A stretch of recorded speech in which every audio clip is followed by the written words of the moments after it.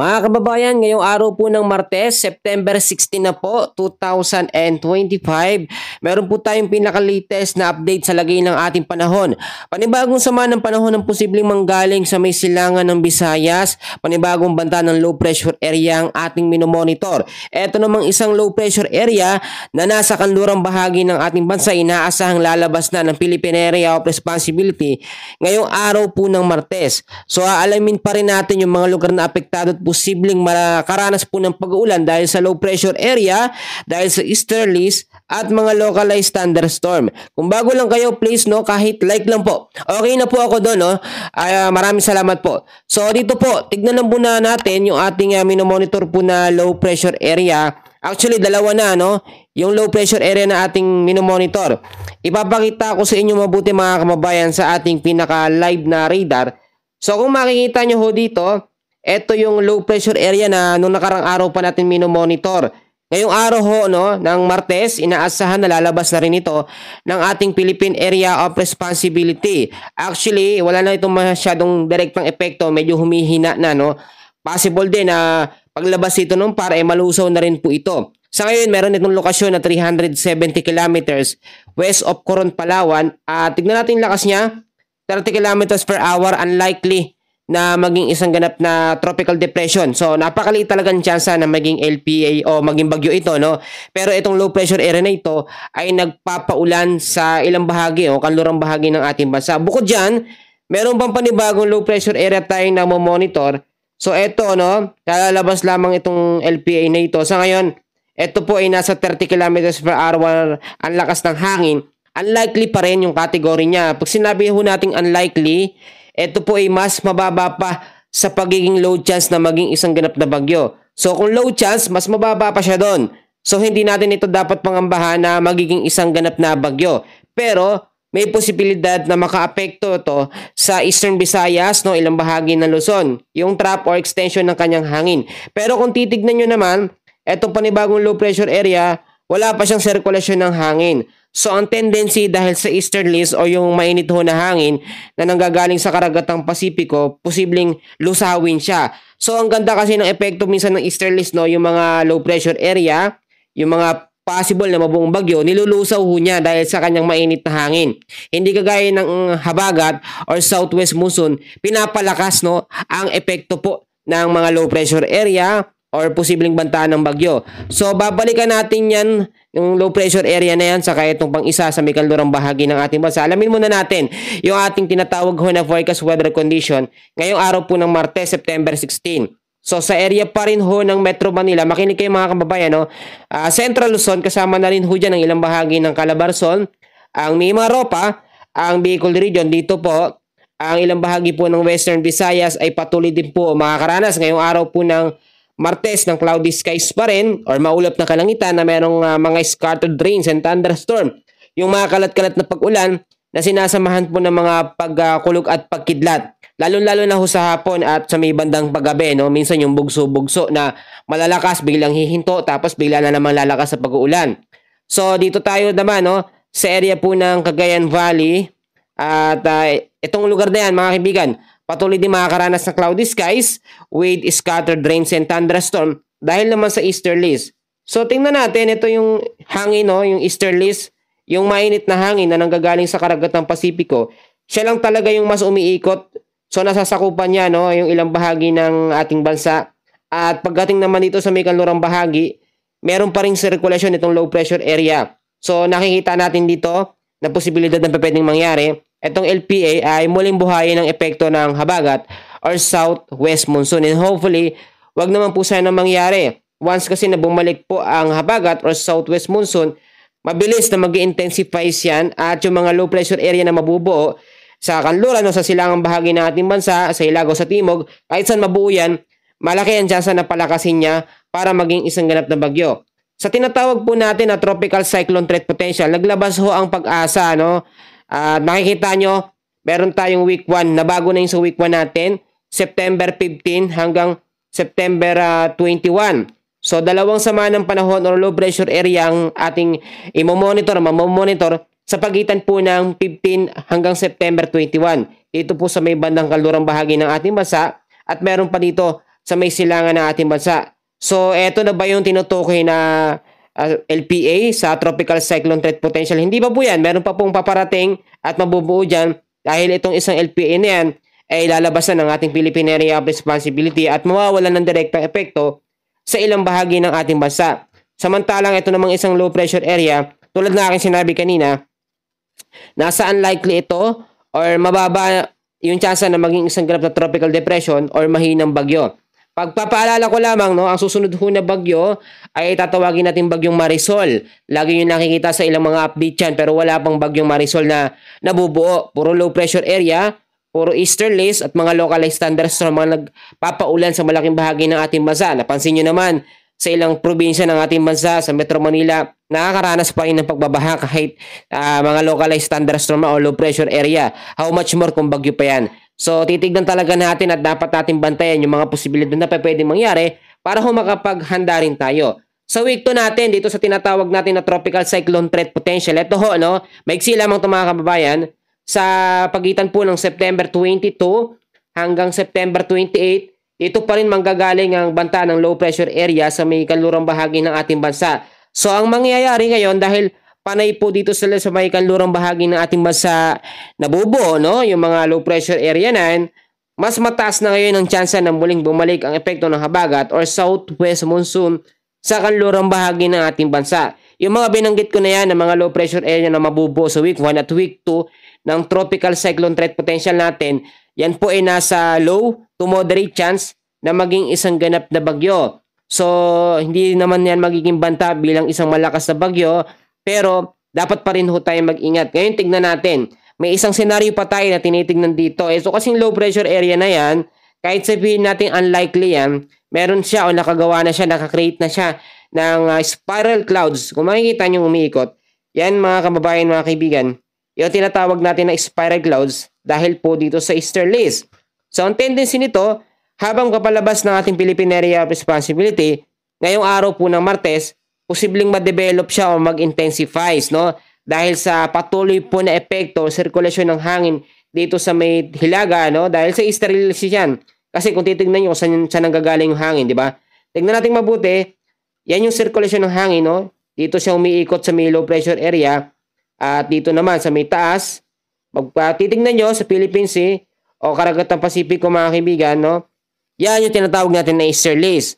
So, dahil sakop pa rin ng easterlies itong LPA, hindi pa yan basta-basta mga kabuelo para maging bagyo o maging intensifies into high chance para maging isang ganap na bagyo. So possible paglabas pa ng par, saka siya mga kabuelo, no? Dahil mawawala po yung mainit na hangin na nanggagaling sa Karagatang Pasipiko. So safe na ba tayo sa mga banta ng posibleng malalakas na bagyo? Hindi pa po.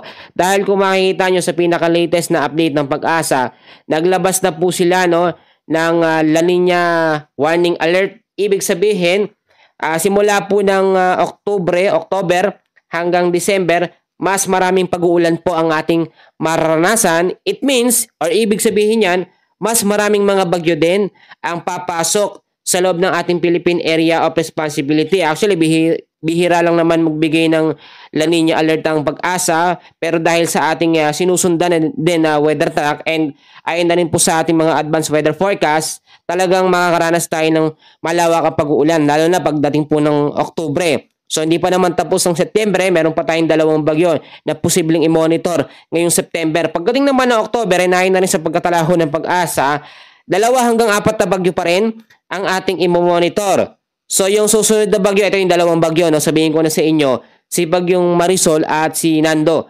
So hindi tayo magdedepende sa pangalan kung magiging malakas, kasi yung iba hinuhulaan nila ay pag Marisol kasi babae daw ang pangalan, malakas na bagyo. Wala akong kinalaman, no, ang pangalan ng bagyo sa kung magiging malakas ba siya. Titignan natin yung sirkulasyon, yung pagkilos, o kung siya ay mabilis na nag-i-intensify. Tulad na lamang nitong LPA na yan.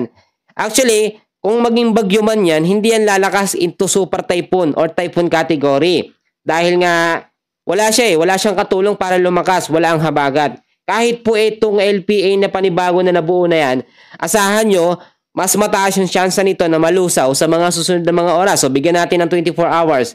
Ganyan. Dahil mainit na hangin yung nakapalibot po sa kanya. Pero once na humina naman ang epekto ng easterlies ay mas malaki na yung chance nito na maging isang ganap na tropical depression or mahinang bagyo. So mas maganda na maging handa na lamang tayo sa mga posibilidad po na pwedeng mangyari. So ngayon, dahil kahit po low pressure area ang ating binabantayan at minomonitor, kasama ng easterlies at mga localized thunderstorms sa bandang hapon at sa gabi, ugaliin pa rin natin magantabay sa lagay ng ating panahon. Ito na yung mga paalala ko. Kaya lagi po kayong makinig sa aking mga weather update. O minsan nalilate tayo, no? Pero ginagawa ko naman ng paraan para makapag-update po sa inyo araw-araw po, no? At ito pa, pangalawa natin, ugaliin nyo rin maglinis po ng kapaligiran, lalo na dito sa Metro Manila. Alam nyo, hindi lang talaga dapat tayo maging responsable. Halos araw-araw i-double check natin yung mga plastic, yung mga basura natin. Dapat hindi yan nakakalat. Once kasi na bumaha, bumugso malakas sa pag-ulan dahil sa mga localized thunderstorm, no? Or easterlies, may chance na naman, no? Mataas na naman ang chance magkaroon ng pagbaba sa Metro Manila. Ganyan din sa Visayas at sa Mindanao, no? Hindi naman tayo ligtas lahat dito. So maging responsable tayo sa ating mga kalat. Ang pangatlo, ngayon, may chance pa naman tayo na i-check yung mga light materials na ginagamit natin sa ating mga kabahayan. Yung mga bubong, yung mga butas, no? Alam nyo, kailangan natin sipagan ngayon, yung mga bubong nyo ho, double check, baka mamaya may mga butas, tapalan ng bulgasil, para hindi tayo maperwisyo kapag tuloy-tuloy ang pag-ulan, hindi tayo makakalabas yan. Ito pa yung pang-apat natin, ugaliin po natin i-double check, no? Or i-check natin yung ating mga importanteng gamit.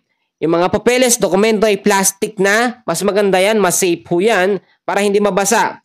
At yung mga electric appliances, itabi natin, lalo na kapag may banta po ng heavy rainfall warning. Sa ngayon, wala pa naman nakataas, pero possible, ngayong hapon at sa bandang gabi ay magkakaroon po dahil sa mga localized thunderstorm.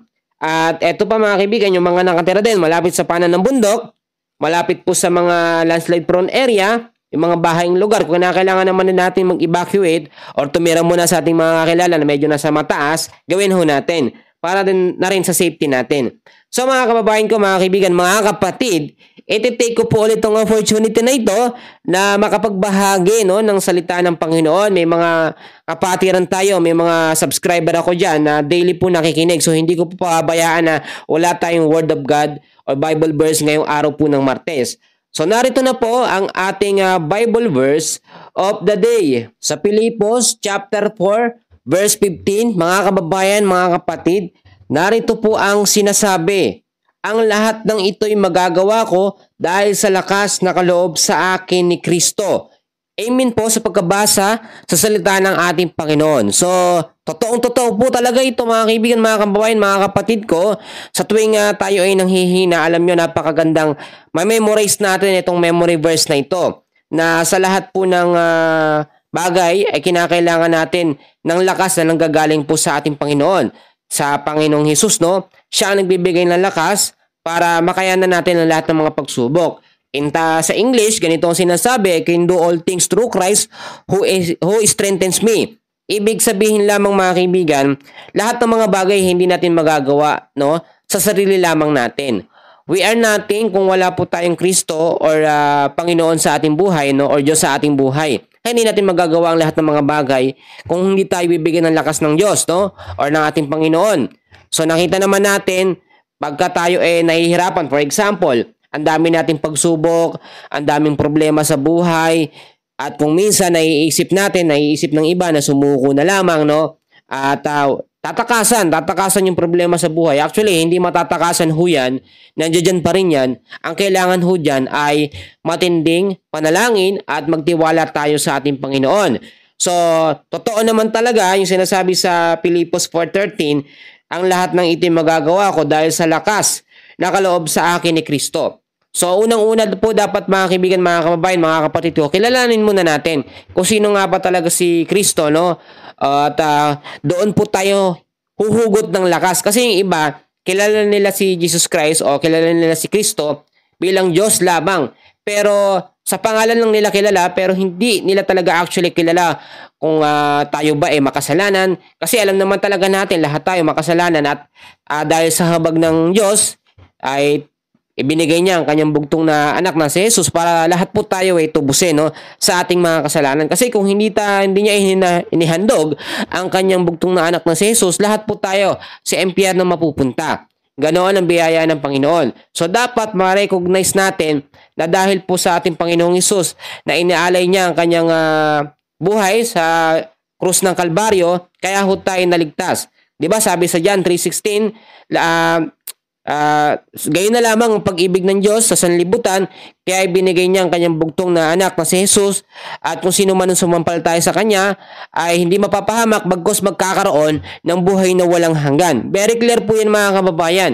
So, ang Panginoong Hesus, siya ang nagbibigay sa atin ng lakas para mapagtagumpayan yung mga pagsubok na ating pinagdadaanan. Marami sa mga nakikinig sa akin ngayon, makinig ho kayo, ay mga elder na, yung iba mga nanay, mga tatay, yung mga estudyante, meron din po tayo dyan. Yung mga umaabot hanggang dito, sobrang interesado, mapalad po kayo dahil ang salita ng Panginoon ay walang katumbas dito po sa mundo. Kukupas lahat, lilipas lahat, pero ang salita ng Panginoon ay mananatili magpakailan paman. So dapat po maisip natin mga kaibigan, sa hirap no, ng buhay ay merong Diyos tayo na malalapitan na siyang magbibigay ng lakas sa atin para mapagtagumpayan ang lahat po ng mga bagay. Tunay din sa sinabi sa salita ng Panginoon na walang pagsubok na ibinigay sa atin na hindi naranasan ng ibang mga tao. Bagkus tayo ay bibigyan ng Panginoon ng lakas para mapagtagumpayan ang mga pagsubok na ating hinaharap. So very clear po yan mga kababayan, mga kapatid, na dapat po baunin natin yan. Uulitin ko no, para ho sa mga hindi nakarinig, ang ating Bible verse of the day ay makikita at matatagpuan sa Filipos chapter 4 verse 13. Ang lahat ng ito'y magagawa ko dahil sa lakas na kaloob sa akin ni Kristo Jesus. So yun lamang po ang ating Bible verse ngayong araw po ng Martes, at yung ating weather update naman nasa unahan, pwede nyo hong balikan no, para din makita nyo yung mga update, at ito sinamantala ko lang no, para makapagbahagi. So yun lamang mga kaibigan, mga kababayan, mga kapatid, magandang araw po sa inyo. God bless po sa inyong lahat.